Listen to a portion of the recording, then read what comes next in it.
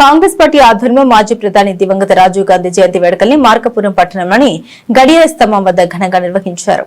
ఈ సందర్భంగా కాంగ్రెస్ పార్టీ నాయకులు కార్యకర్తలు రాజీవ్ గాంధీ చిత్రపటానికి పూలమాల వేసి ఘనంగా నివాళులర్పించారు. అనంతరం రాజీవ్ గాంధీ దేశానికి చేసిన సేవల్ని నాయకులు కార్యకర్తలు స్మరించుకున్నారు. దేశ అభివృద్ధి, ఆధునిక సాంకేతికతను ప్రోత్సహించడం, యువతకు అవకాశాలు కల్పించడంలో ఆయన చేసిన కృషిని గుర్తు చేసుకున్నారు. ఈ సందర్భంగా కాంగ్రెస్ పార్టీ ముస్లిం మైనార్టీ జిల్లా అధ్యక్షుడు డాక్టర్ షేక్ మహబూబ్ బాషా మాట్లాడారు. రాజీవ్ గాంధీ దేశ ప్రగతికి విశేష కృషి చేసిన నాయకుడని తెలిపారు. ఆయన ప్రధానమంత్రిగా దేశాన్ని ఆధునికత వైపు నడిపించేందుకు అనేక సంస్కరణకు శ్రీకారం చుట్టారని పేర్కొన్నారు. యువత విద్యార్థుల భవిష్యత్తును దృష్టిలో ఉంచుకుని సాంకేతిక రంగానికి ప్రాధాన్యత ఇచ్చారని తెలిపారు.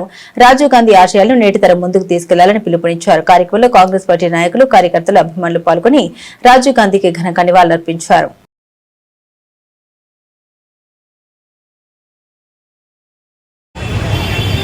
అందరికీ నమస్కారం.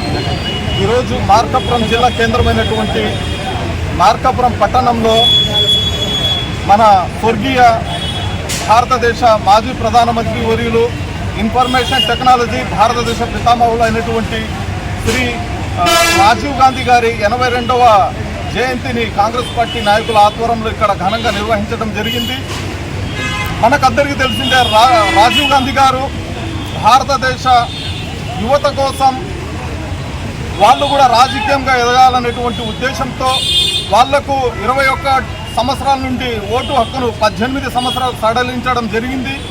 అదేవిధంగా వాళ్ళు భారతదేశంలో అనేక ప్రాంతాలకు సంబంధించి యావత్ భారతదేశంలో బడుగు బలహీన వర్గాల వారికి, మైనార్టీ వర్గాల వారికి సంబంధించి వాళ్లకు ఉన్నత విద్య కోసం 18 వాళ్ళు నవోదయ విద్యాలయాలను ఏర్పాటు చేయడం జరిగింది.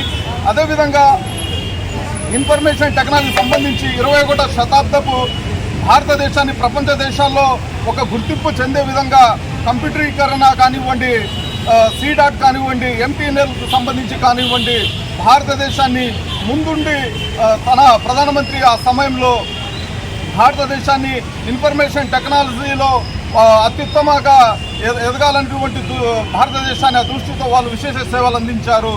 అదేవిధంగా రాజీవ్ గాంధీ గారు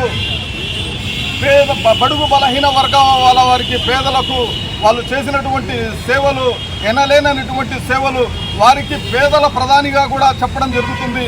ఎందుకోసమంటే నిత్యం వీరి మధ్య వాళ్ళు తరచుగా ఉంటూ వారి యొక్క సమస్యలను తెలుసుకొని పరిష్కారం చేసే విధంగా వాళ్ళు భారతదేశాన్ని ముందుండి నడిపినటువంటి వ్యక్తిగా ఈరోజు మనం కాంగ్రెస్ పార్టీ నాయకుల ఆధ్వర్యంలో మన మార్కాపురం జిల్లా కేంద్రం గాంధీ పార్కులో వారి యొక్క జయంతిని నిర్వహించడం, చాలా ఘనంగా నిర్వహించడం జరిగింది.